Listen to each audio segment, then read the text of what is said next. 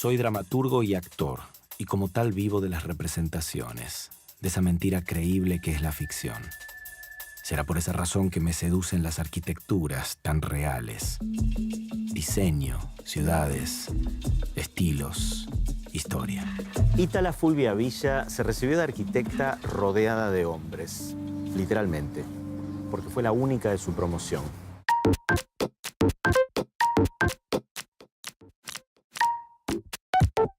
Su gran pasión, en donde puso el corazón y la inteligencia, fue en el arte de diseñar la trama urbana. Junto a los compañeros más vanguardistas, Villa descubrió ese encanto, el de modernizar la ciudad.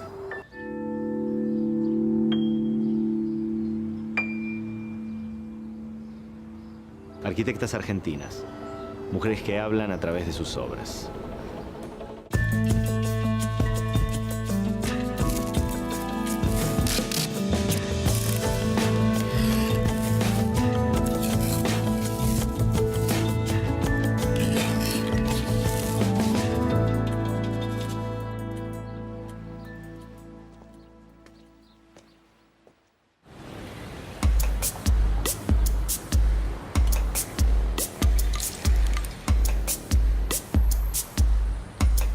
Cada ciudad tiene su propia personalidad, que se reproduce como un eco en sus cuadras, en lugares que por algún motivo se vuelven emblemáticos.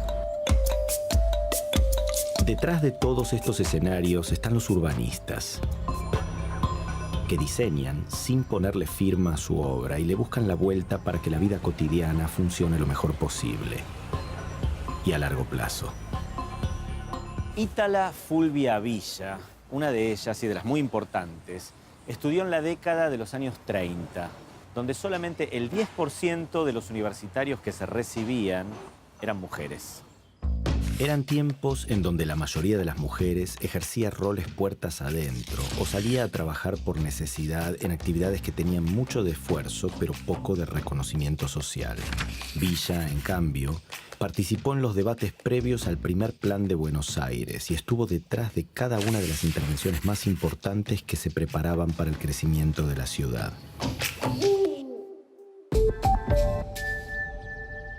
Ítala Fulvia Villa nació en 1913 en el porteño barrio de Valvanera. Su padre, Celestino Villa, de profesión ingeniero, llegó de Italia a la Argentina a fines del siglo XIX. La documentación de la época dice que no tuvo hermanos y que nunca se casó. Y hasta en algunos papeles aparece como señorita. Lo que sí se sabe con certeza es que estudió su carrera cuando la escuela de arquitectura funcionaba justo acá, en la Manzana de las Luces. Villa se recibió en 1935. 6 años antes había egresado la primera mujer, una chica aventurera y excéntrica que además de proyectar planos, manejaba aviones. Villa fue la única de su camada y la sexta arquitecta de la Argentina. De 1929 a 1935 se recibieron solo 6 arquitectas mujeres. Hoy, casi un siglo después, las arquitectas argentinas matriculadas en el país son cerca del 50%.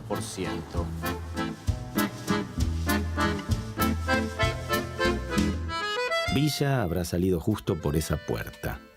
Y seguramente antes o después aparecieron sus compañeros. Todos varones. Los mismos con los que iba a viajar a Europa en una de esas travesías iniciáticas que ya solían hacer los egresados universitarios. Más adelante, todos ellos y otros más formarían el Grupo Austral, la vanguardia moderna en la Argentina. Fue en París donde se plantó la semilla del Grupo Austral cuando 2 de los viajeros, Juan Kurchan y Jorge Ferrari Hardoy, se atrevieron a tocar la puerta del Atelier 35 en la calle Rue de Sèvres. Quien abrió fue Le Corbusier, el padre de la arquitectura moderna. Y ahí entró en escena Villa, que aunque ya había vuelto a la Argentina, iba a jugar un rol fundamental en ese estudio francés. Es que en 1938, Le Corbusier trabajaba sobre un plan urbanístico para Buenos Aires encargado por el entonces presidente Roberto Ortiz. Kurchan y Ferrari Hardoy le pidieron a Villa que les enviara imágenes de distintas áreas de la ciudad, material que resultó imprescindible para el análisis del maestro. Ella misma sacó las fotos de los planos con una cámara que, según contaba en algunas cartas, le costaba manejar. Pero eso no sería una traba para ayudar a sus colegas. A partir de ese momento, Villa se convirtió en la conexión argentina del estudio de Le Corbusier en París. Se asomaba la urbanista.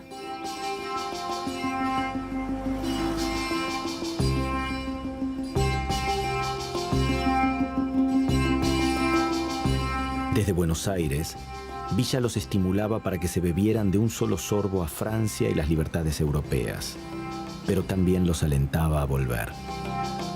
Vengan aquí, les decía, donde tanto hay que hacer y donde creo el terreno es bastante propicio para la lucha. Se estaba preparando el ambiente para el nacimiento del Grupo Austral.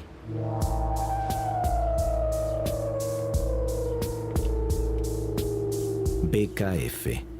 Así se llama ese sillón. Y fue nada más y nada menos que el símbolo del diseño argentino en el mundo desde la primera mitad del siglo XX. Lo diseñaron Kurchan y Ferrari Hardoy, los compañeros de Villa, junto al arquitecto catalán Antonio Bonet, quien en 1937 los conoció en el estudio de Le Corbusier y viajó con ellos a la Argentina. Y lo hicieron especialmente para este edificio de ateliers de artistas construido por Bonet. Era una obra tan moderna que no encontraban con qué amoblarlo. BKF. Bonet, Kurchan, Ferrari Hardoy. Los mismos tres arquitectos que un año antes, en 1938, fundaron el Grupo Austral, que luego sumó otros integrantes.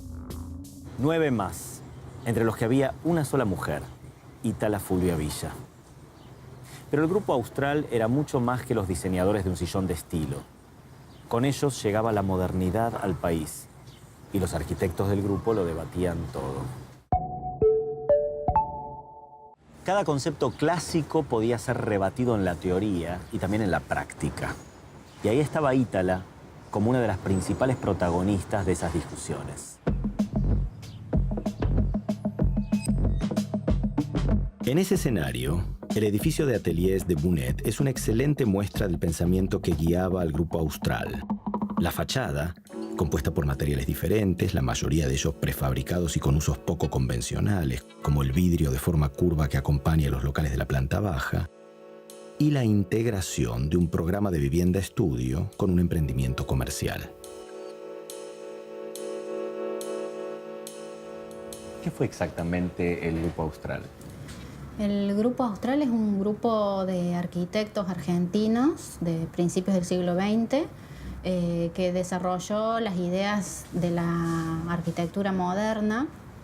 Fue un grupo muy influyente, si bien su periodo de funcionamiento fue relativamente breve. Ellos hicieron toda una crítica de lo que era la arquitectura del momento y cómo se enseñaba la arquitectura en las facultades de arquitectura, porque se enseñaba una arquitectura clásica basada en los estilos históricos. Academicista.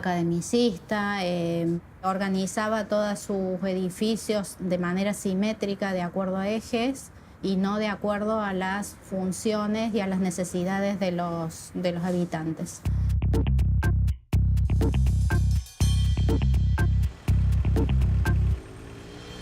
Y ahí entra Ítala Fulvia Villa, porque ella, que era muy amiga de Kurchan y de Ferrari Hardoy, es la que les arma toda la documentación de la ciudad, es decir, la que hace que el plan, que era una cosa, un gesto en el pizarrón de Le Corbusier, pase a tener como cierta sustento en la realidad de la ciudad. Documenta, envía cartografías, entrevistas, datos. O sea, es una de las primeras que trabaja el urbanismo de una manera científica, no la manera intuitiva o gestual que tenía. Artística, ¿no? Sí, bueno, creo que lo mismo pasó un poco con la casa Curuchet, ¿no? Que él mandó 4 o 5 croquis y luego Williams tuvo que hacerlo factible, ¿no? Tuvo que ponerlo en no sé qué cantidad de planos. El Grupo Austral concebía una arquitectura moderna, funcionalista. Los materiales y la estructura de la obra debían adaptarse al uso para la cual ésta estaba destinada. Pero además hacían una declarada reivindicación del lado artístico y creador de la profesión. Voluntad y acción. Con ese título se conoció el manifiesto en donde el Grupo Austral dejó planteadas muchas de sus ideas o búsquedas. Una de ellas, considerar que la arquitectura debía responder a las ideas generales proyectadas para la ciudad. Otra, que el planeamiento urbano debía extenderse más allá de Buenos Aires y convertirse en un planteo nacional. Ellos hablaban de disciplinas adyacentes, ¿no? Como el surrealismo abstracto o la psicología colectiva. ¿Qué es esto exactamente?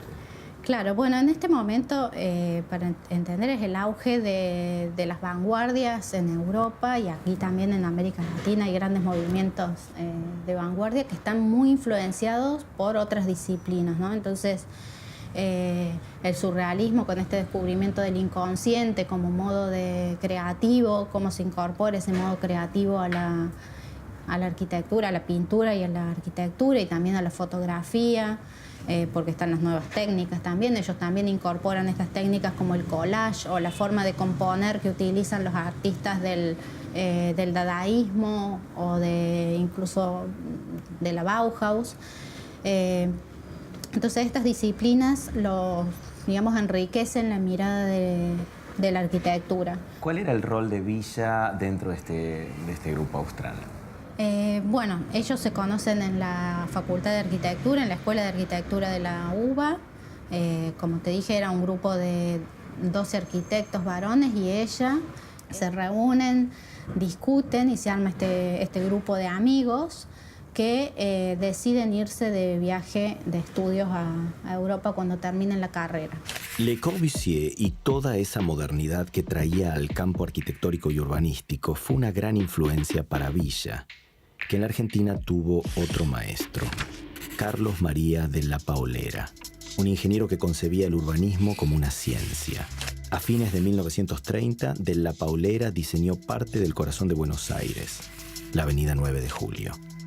O se podría decir también que con esa calle Della Paolera reinventó el centro de la ciudad y lo cambió para siempre. Ella termina 2 años antes que ellos y los espera. Y mientras tanto trabaja con el ingeniero Della Paolera, que era uno de los pocos docentes nuevos que tenían estas nuevas ideas en la facultad, que se dedicaba al urbanismo. Y ella un poco es la discípula termina siendo la discípula de Della Paolera y aprende todo este tema del urbanismo.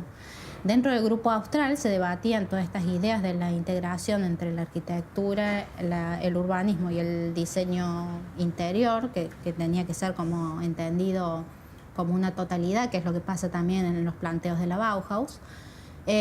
Y Villa lo que aporta básicamente es la visión urbanista, que no la tenían tan fuertemente desarrollada los arquitectos, los integrantes del equipo. Ella entonces, con estas influencias del urbanismo de Della Paolera, documenta, registra todos los datos sobre la ciudad y después termina dirigiendo una oficina de información urbana dentro de obras públicas, ¿no? Es como la especialista en organizar información sobre la ciudad. Es una de las primeras que usa la fotografía aérea como herramienta para hacer un plan urbano con mucho trabajo artesanal, pero básicamente es lo que se hace ahora para tomar decisiones sobre la ciudad. Ella lo empieza aquí en Buenos Aires. Comandados por Villa, el Grupo Austral dividió al país en 3 regiones climáticas y diseñó un tipo de arquitectura con las adaptaciones necesarias para cada zona. Villa estaba especialmente interesada en la vivienda rural. Para ella, ante todo, debía ser digna. Y encontró en el uso de los modelos prefabricados una respuesta para los campesinos. Antes de que se disolviera el Grupo Austral, Villa, la urbanista, puso en pausa su interés por la ciudad y levantó una casa de lenguaje moderno en el barrio de Núñez. Sin ornamentos, piedra, ladrillo y la planta baja libre, como enseñaba Le Corbusier. En 1939, Villa se asoció con la arquitecta e ilustradora Violeta Lorraine-Pushkin para construir un tipo de edificio de renta. Se llamaban así porque el propietario tenía la posibilidad de vivir en un departamento y alquilar los otros. En esos años, el retiro por detrás de la línea municipal era una innovación que venía a romper con lo que Le Corbusier llamaba la calle cajón. Era una manera también de hacer interactuar el interior y el exterior. Otra de las premisas del arquitecto suizo.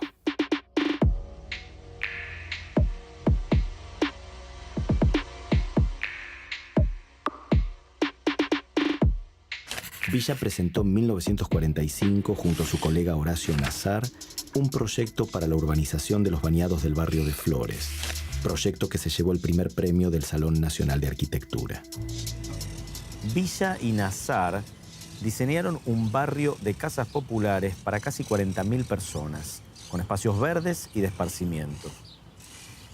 Estaba ubicada cerca de una franja industrial que imaginaban a orillas del riachuelo.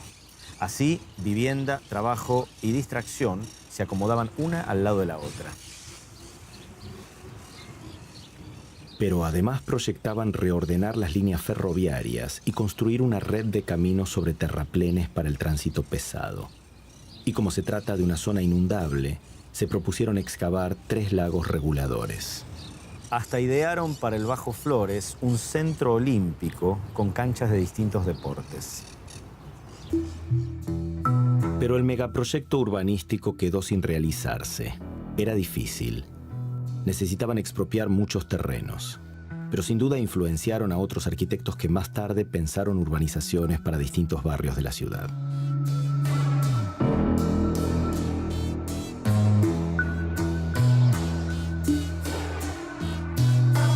Villa se cruzó en el proyecto de los bañados del Bajo Flores con Grete Stern, una diseñadora y fotógrafa que había estudiado en la legendaria Bauhaus en Alemania, en donde también conoció a su marido, el fotógrafo argentino Horacio Coppola. En los 40, cuando comenzó la cacería nazi, Stern tuvo que abandonar suelo germano. Es que además de judía, tenía ideas de izquierda. Así conoció la Argentina y se quedó a vivir acá, incluso después de haberse separado de Coppola.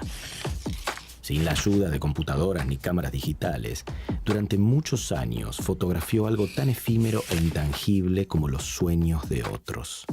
Los armaba a través de fotomontajes. En el proyecto de Flores, junto a Villa, se encargaba de la diagramación. Greta Stern era todo un personaje. Antes de los años 50, cuando las mujeres eran las amas del ámbito privado, ella se animaba a fumar en público y a vestirse con pantalones.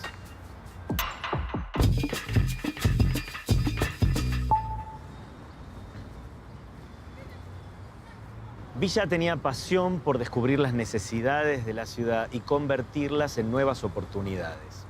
Todo ese entramado se le presentaba como un gran misterio por descifrar.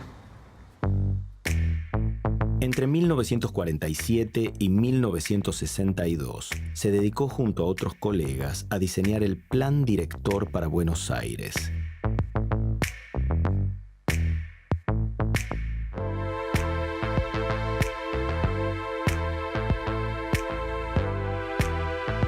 En 1958 proyectó y dirigió la realización de panteones en el cementerio de Flores y acá, en el cementerio de la Chacarita.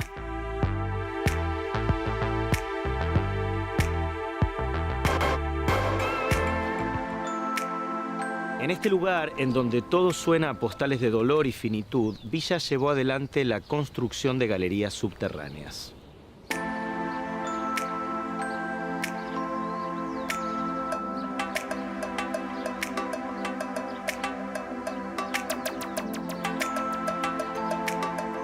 De estilo brutalista, en su recorrido quebrado por tramos de 10 escalones, se dibujaba con las barandas una especie de zigzag.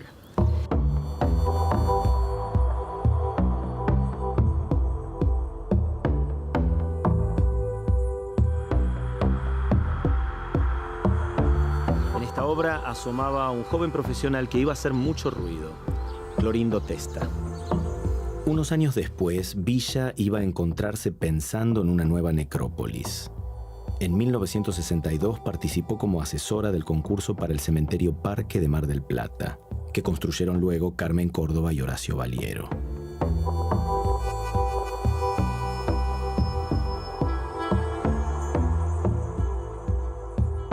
Es así. El lugar en donde las sociedades entierran a sus muertos también es un asunto que ocupa una y otra vez el tiempo de los urbanistas. Salió de acá, de la vieja escuela de arquitectura, y trabajó en su profesión casi toda su vida. En el trayecto fue ocupando lugares que en su época se destinaban solo a hombres. En 1979 fue elegida como representante en la Federación Argentina de Mujeres Universitarias. Seguramente se daba cuenta de que eso de ser urbanista y de las importantes era un terreno que debía ganarse y defenderse todos los días.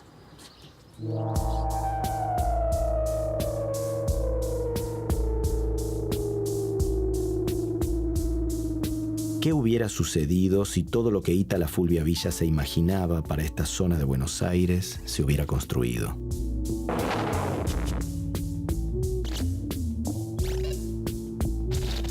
¿Cuántos lugares de Buenos Aires están pensados por esa mujer, que era arquitecta, pero por sobre todo planificadora? Ítala Fulvia Villa fue parte de la vanguardia moderna de la Argentina. Eligió una profesión que requiere, sin duda, de mucha paciencia. En donde los tiempos de obra pueden medirse en décadas. O no concretarse nunca. Igual le puso el cuerpo y su pasión a ese trabajo casi siempre anónimo de delinear esos artefactos difíciles de mover, las ciudades.